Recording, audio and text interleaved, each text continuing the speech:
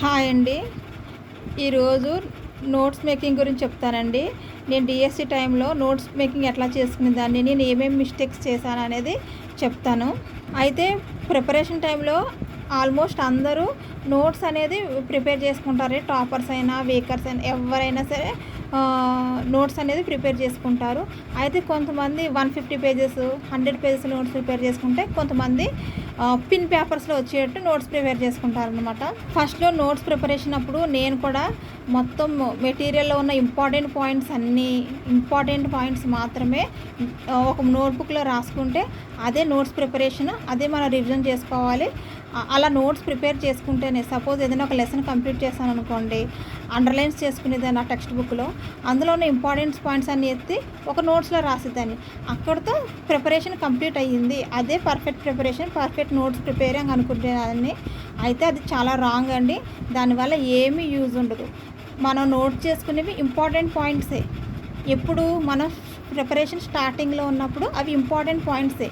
మనకి అవి ఒక 2 టైమ్స్ 3 టైమ్స్ రివిజన్ అయిపోయినప్పుడు, లేదంటే ఒకసారి మొత్తం సబ్జెక్ట్స్ కంప్లీట్ చేశాక మళ్ళీ మనం టెట్కి ముందో లేదా అంతకుముందో మళ్ళీ ఇంకొకసారి బుక్స్ అనేవి రివైజ్ చేస్తాం. ఎవరు ఒకసారి బుక్స్ చదివేసి అయితే ఎగ్జామ్కి జనరల్గా అటెండ్ అవ్వరు కదండి. మనది ఎలాగైనా అందరూ ఆల్మోస్ట్ కొంచెం లాంగ్ టర్మ్ ప్రిపరేషన్సే కాబట్టి అట్లీస్ట్ 3 to 4 టైమ్స్ లేదా 2 to 3 టైమ్స్ అన్నా ఆ బుక్స్ అనేవి మళ్ళీ రివిజన్కి వస్తాయి. అప్పుడు వచ్చినప్పుడు మనం ఫస్ట్ టైం ఏదైతే ఇంపార్టెంట్ అని నోట్ చేసుకుంటామో అది మనకి రిజిస్టర్ అయిపోద్ది బ్రెయిన్లో. సో అది అన్ఇంపార్టెంట్ కిందే లెక్క అవుతుంది. అన్ఇంపార్టెంట్ అంటే మనకి బ్రెయిన్లో ఉంది, ఇంకా అది ఫీడ్ అయిపోయి ఉంది. సో దాన్ని మళ్ళీ బుక్లో చూడాల్సిన అవసరం లేదు. సో ఇలాంటివన్నీ ఏమవుతాయంటే బుక్ని హెవీ చేసేస్తాయి. మన రివిజన్ టైంలో ఏమంటారు అనవసరమైన అంటే ఇక్కడ ఏంటంటే ఇదే రిజిస్టర్ అయిపోయినాయి కూడా మళ్ళీ చదవాల్సి వస్తుంది. దానివల్ల యూజే, కానీ టైం వేస్ట్. దానికన్నా కూడా మనం ఈ నోట్స్లో రాసుకునే కంటే ఏదైతే మెయిన్ సోర్స్ అకాడమిక్ కావచ్చు, లేదా మీరు ఏదైనా కోచింగ్ మెటీరియల్ ప్రిపేర్ అయితే అదన్నా కావచ్చు, అందులోనే అండర్లైన్స్ చేసుకుని ఇంపార్టెంట్వి నెంబర్ ఆఫ్ టైమ్స్ ఆ బుక్లోనే చదువుకొని, ఏదైతే రిజిస్టర్ కావట్లేదో, ఏదైతే కన్ఫ్యూజన్గా ఉందో, ఏదైతే ఎన్నిసార్లు చదివినా మనం బిట్స్ రూపంలో కానీ లేదంటే రీకలెక్ట్ చేస్తున్నప్పుడు కానీ రాంగ్ చేస్తున్నామో దానిని మాత్రమే నోట్స్లో పెట్టుకుంటే అది మనకి రివిజన్ టైంలో యూజ్ అవుద్ది, బాగుంటుందని నా అభిప్రాయం. చూడండి ఫ్రెండ్స్, ఇక్కడ ఎగ్జాంపుల్గా నేను నోట్స్ చేసుకున్న నా నోట్స్ నుంచే చూపిస్తాను ఎలా మిస్టేక్స్ చేశాను అనేది. సోషల్ అండి, history 8th class history notes అయితే ప్రిపేర్ చేసుకున్నాను. 8th క్లాస్ హిస్టరీకి నోట్స్ ప్రిపేర్ చేసుకోవడం అవసరం, ఎందుకంటే టెక్స్ట్ బుక్లో ప్రిపేర్ అవ్వడం కొంచెం టఫే. సో నోట్స్ ప్రిపేర్ చేసుకున్నా. ఇందులో అన్ని ఇంపార్టెంట్ పాయింట్సే ఉన్నాయి. చూడండి,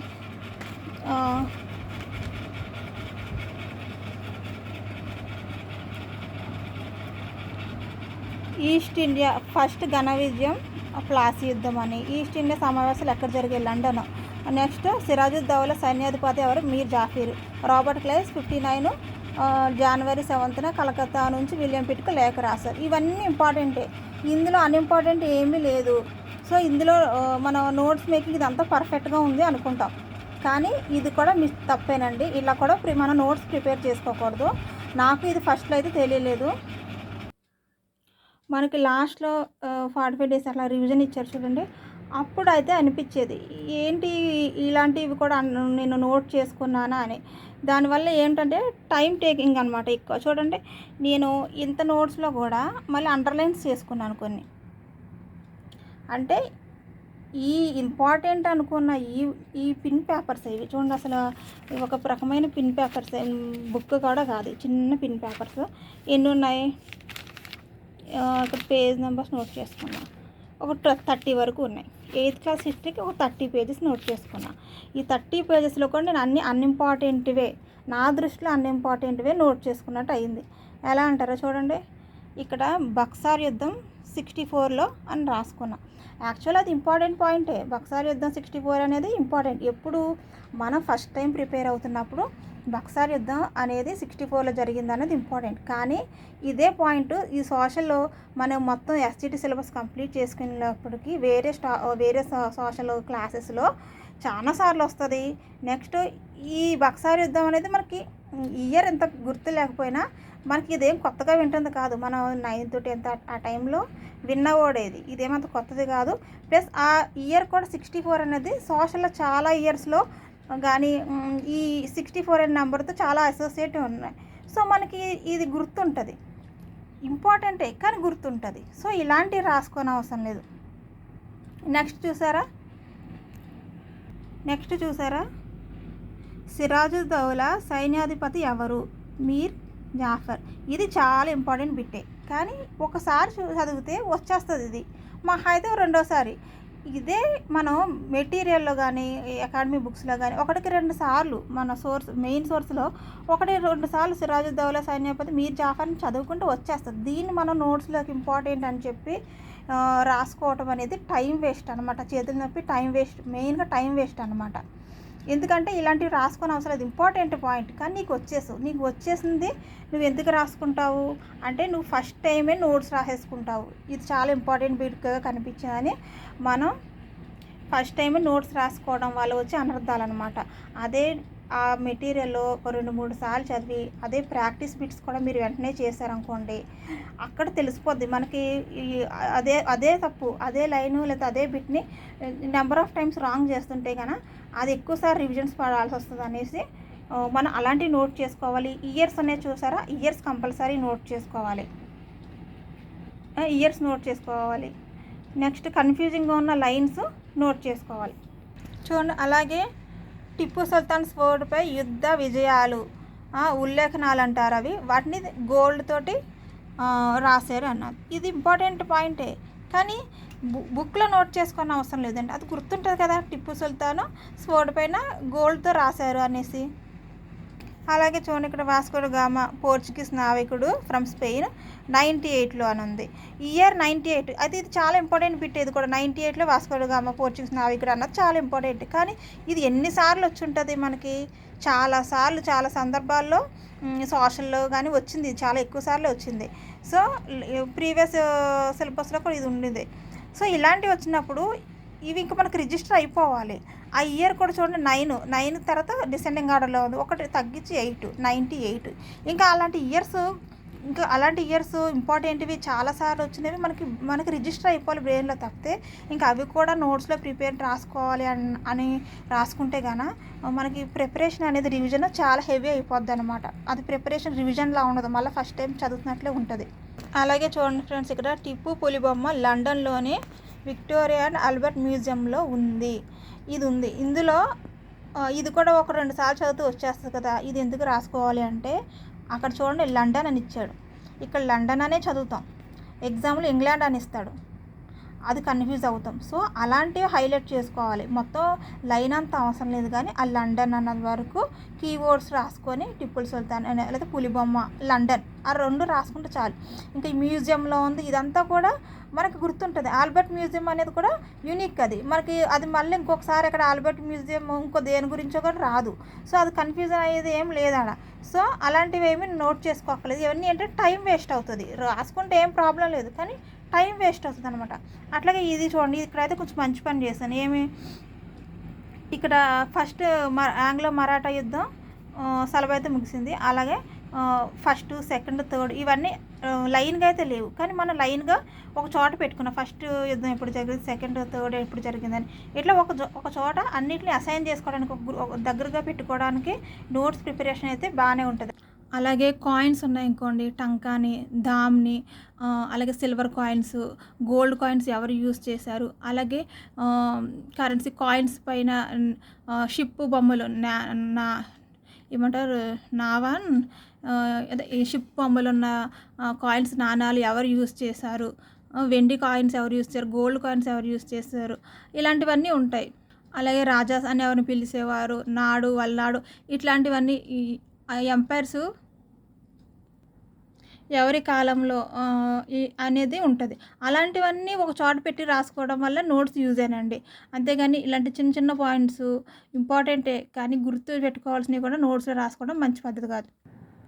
సో ఈ విధంగా నోట్స్ రాసి పెట్టుకోవడం వల్ల ఏమవుద్దంటే నేనేం చేసేదానంటే అవి గుర్తుపెట్టుకోవడం మానేసి అవి నోట్ చేసుకోవడానికి వరకు ఇంట్రెస్ట్ చూపిస్తామన్నమాట. అవి ఏంటంటే ఫస్ట్ అయితే నోట్ చేసుకున్న ఇంపార్టెంట్ పాయింట్స్, ఆ తర్వాత మనం మెల్లగా రివిజన్ చేసుకుందాం బుక్స్లో అనుకుంటారు. దానికంటే కూడా చదివేసి మనకు రానివేవి పెట్టుకుంటే మనకి టైం సేవింగ్ అండి. ఇలా ప్రతి పాయింట్ నోట్స్‌లో రాసుకోవడం వల్ల ఏంటంటే, మన బ్రెయిన్ కూడా గుర్తుపెట్టుకోవడం కన్నా రాయటానికి అలవాటు పడిపోతదనమాట. ఏది గుర్తుంచుకోరు. నేను కూడా అంతేనండి. ఆహ్, మా ఫ్రెండ్‌ని ఎప్పుడు ఏదైనా ఇయర్ అడిగాననుకోండి టక్కని చెప్తది. అదే నన్ను అడిగారనుకో అది చాలా ఇంపార్టెంట్ బిట్టు, అది నేను నోట్స్‌లో రాసుకున్నా అని చెప్తాను. అంటే మనం ఇంట్రెస్ట్ అంతా ఆహ్, బ్రెయిన్‌లో పెట్టుకోవడం కానీ, నోట్స్ ప్రిపరేషన్‌లోనే ఇంట్రెస్ట్ చూపిస్తదనమాట. అయితే నేను కూడా నోట్స్‌కి ప్రిపరేషన్‌కి ఒకటి అనుకునేదాన్నండి. మనం 10 సార్లు చదివిన దానికంటే ఒకసారి రాసుకున్నది బాగా గుర్తుంటదని. కానీ అది మనకు కాదండి. కొంచెం లోయర్ సెక్షన్స్ లేదా 10థ్ క్లాసు వాళ్ళకన్నమాట. ఎందుకంటే వాళ్ళు రాయాల్సిన ఎస్సేస్ రాయాలి. సో, ఇలా నోట్స్ రాయటం వల్ల ఒకళ్ళకి ఒక పాయింట్ తర్వాత ఒకటి, ఒక పాయింట్ తర్వాత ఒకటి రాయాల్సిన కొటేషన్స్ ఇవన్నీ కూడా గుర్తుంటాయి. దానికోసమని వాళ్ళు రాస్తారు. మనం ఎగ్జామ్ మనది ఎస్సే రైటింగ్ కాదు కదా! మన డీఎస్సీ అనేది గుర్తించాలి. అలాగే వాడిచ్చిన 4 ఆప్షన్స్‌లో మనం గుర్తించాలి. అలాగే మిగతా ఆప్షన్స్ నుంచి మనం వాటిని ఎలిమినేట్ చేయాలి. వాటి యొక్క డిఫరెన్స్ తెలుసుకోవాలి. సో, రాసినప్పుడే మనం జాగ్రత్తగా రాసుకోవాలి తప్పితే ఇంకా పారాగ్రాఫ్‌లుగాను ఇంపార్టెంట్ పాయింట్స్ ఎక్కించడం మంచిది కాదు. అలా అయితే ఎన్ని రాయగలమండి? చెప్పండి. మన ఎస్‌జీటీకి ఎన్ని బుక్స్ ఉన్నాయి? మన అకాడమీ ఓపెన్ చేసామో టెక్స్ట్ బుక్‌లు ఒక పేజ్‌లో కనీసం ఒక 4 పాయింట్స్ అన్న ఇంపార్టెంట్‌వి ఉంటాయి. అలాంటివి ఎన్ని టెక్స్ట్ బుక్స్ ఉన్నాయి? సోషల్‌కే 3 ఉన్నాయి. ఎయిత్ క్లాస్, నైన్త్ క్లాస్ 3 ఉన్నాయి. సెమిస్టర్‌లు 2 ఉన్నాయి. మరి ఇంక మనకి ఎస్‌జీటీ అంటే అన్ని సబ్జెక్ట్స్ ఉన్నాయి. ఇంకా అన్ని సబ్జెక్ట్స్‌కి పేజ్‌కి ఒక 4 చొప్పున ఇంపార్టెంట్ పాయింట్స్ వేసుకుంటా వస్తే మన టైం అంతా నోట్స్ తయారు చేయడానికి వీటికే సరిపోతది తప్ప మన బ్రెయిన్‌లో అయితే ఏమి ఉండదండి. అంతా నోట్స్‌ల్లోనే ఉంటది. మన బ్రెయిన్ అయితే ఎంప్టీగా ఉంటది. అయితే మనకేమని ఫీలింగ్ వచ్చుద్దంటే, ఇంత లావు బుక్‌లో ఉన్న మ్యాటర్‌ని అంతా తీసుకుపోయి, ఇంత చిన్న చిన్న పేజెస్ ఒక 30యో, ఒక 20యో కొంతమందో ఆటిలోకి రప్పించేస్తాం కదా! మళ్ళీ ఫిల్టర్ చేసేస్తాం కదా! అన్‌ఇంపార్టెంట్ పాయింట్స్ అనుకుంటాం. కానీ అందులో ఉన్న మ్యాటర్ తీసుకొచ్చి ఇక్కడ రాస్తాం. కానీ ఇది రివిజన్ చేయడానికి కూడా చాలా టైం పట్టేస్తే, అప్పుడు ఈ నోట్స్ మేకింగ్ వల్ల యూజ్ ఏముంటది అని. నాకు లాస్ట్‌లో రివిజన్ అప్పుడు కూడా అండి 45 డేస్ ప్రిపరేషన్‌లో ఎయిత్ క్లాస్ హిస్టరీ ఒక 28 పేజెస్ అయినా కూడా నాకు మోర్ దెన్ హాఫ్ డే పైనే పట్టేసిందనమాట రివిజన్‌కే. అంటే చూడండి మరి ఎంత వరస్ట్‌గా నోట్స్ ప్రిపేర్ చేసుకుంటున్నాం అనేది. మనకి టైము ఎక్కువ ఉంటే నోట్స్ ప్రిపేర్ చేసుకోవాలా? ఇంత తక్కువ టైంలో నోట్స్ ప్రిపేర్ చేసుకోవాలా? అనే డౌట్ వస్తుంటదండి. మనకి టైం తక్కువ ఉన్నా, ఎక్కువ ఉన్నా టాపర్ అయినా ఎవరైనా కూడా నోట్స్ అనేది కంపల్సరీ ప్రిపేర్ చేసుకుంటాడు. అయితే చెప్పాను కదండీ! ప్రతీది ఎక్కించేయకుండా మన ఎగ్జామ్ ముందు కంపల్సరీ ఇవి రివిజన్ చేయాలి. ఇవి రోజు చేస్తే గానీ లేదా వీక్లీ వన్స్ ఆర్ ట్వైస్ చేస్తేనే గానీ గుర్తుండవు అని మాత్రమే నోట్స్ రాసుకోవాలండి. ఇయర్స్ గానీ, సైంటిస్టులు గానీ ఇలా కన్‌ఫ్యూజింగ్ అయ్యే లైన్స్ ఒక చోట పెట్టుకోవడం కోసం ఈ నోట్స్ అండి. ఇప్పుడు సోలార్ సిస్టమ్ లెసన్ మనం చదువుతున్నాం అని చెప్పాను కదండీ! సౌర కుటుంబం. ఈ లెసనే తీసుకోండి. ఇందులో అన్ని ఇంపార్టెంట్ పాయింట్సే ఉన్నాయి. అన్ని న్యూమరికల్ వాల్యూసే ఉన్నాయి. ఇది తీసుకెళ్ళి నోట్స్ రాసుకుంటారంటే రాసుకోవచ్చు. అన్ని ఇయర్సే ఉన్నాయి కాబట్టి 2006 ఎప్పుడు 9 ప్లానెట్స్ 8 ప్లానెట్స్ చేశారు. ఇంకా మంగళయాన్ మిషన్ ఇవన్నీ అన్ని డేట్సే ఉన్నాయి. అన్ని డేట్సే ఉన్నాయి కాబట్టి ఇది మనం నోట్స్ రాసేసుకోవచ్చు అని మనం అనుకుంటాం. చూడండి 23.5 degrees టిల్ట్ అవుతుంది అక్షాంశం ఇలాంటివన్నీ ఉన్నాయి. అలాగే ఇక్కడ చూడండి టేబుల్ ఇచ్చాడు. ఇవన్నీ న్యూమరికల్సే, నెంబర్సే. ఇవన్నీ ఒకసారి చదివితే రావు, గుర్తుపెట్టుకోలేం. సో మనం ఈ టేబుల్ అంతా తీసుకెళ్ళిపోయి నోట్స్ మేకింగ్లో రాసేద్దామంటే అది వేస్ట్ కదండి. ఈ టెక్స్ట్ బుక్లో చక్కగా మనకు ఆ శ్రమ లేకుండా టేబుల్ ఇచ్చినప్పుడు ఇక్కడే 1కి 4 సార్లు చదువుదాము. ఆ పక్కన అలా రాసుకుందాము. కొంచెం దగ్గర వాల్యూస్ ఉన్నాయని అది రెడ్ పెన్ తోటి లీస్ట్, హైయెస్ట్ అలాంటివి ఏమన్నా అక్కడే రాసేసుకుంటే అయిపోద్ది కదండి. ఈ టేబుల్ అంతా తీసుకెళ్ళి మళ్ళీ మన నోట్స్లో ఎక్కించుకోవడం ఎందుకు? దాని బదులు మన నోట్స్లోనే పేజ్ నెంబర్ ఈ నెంబర్లో టేబుల్ ఉంది అని పేజ్ నెంబర్ టేబుల్ రాసుకుంటే మన షార్ట్ నోట్స్ చూసినప్పుడు ఈ పేజ్లోకి రావచ్చు. అంతేగాని ప్రతిదీ షార్ట్ నోట్స్గా రాసుకోవడానికి చూడకండి. కొన్ని ఆ టెక్స్ట్ బుక్లో ఆ లెసన్లో అక్కడే రాసేసుకుంటే సరిపోతుంది.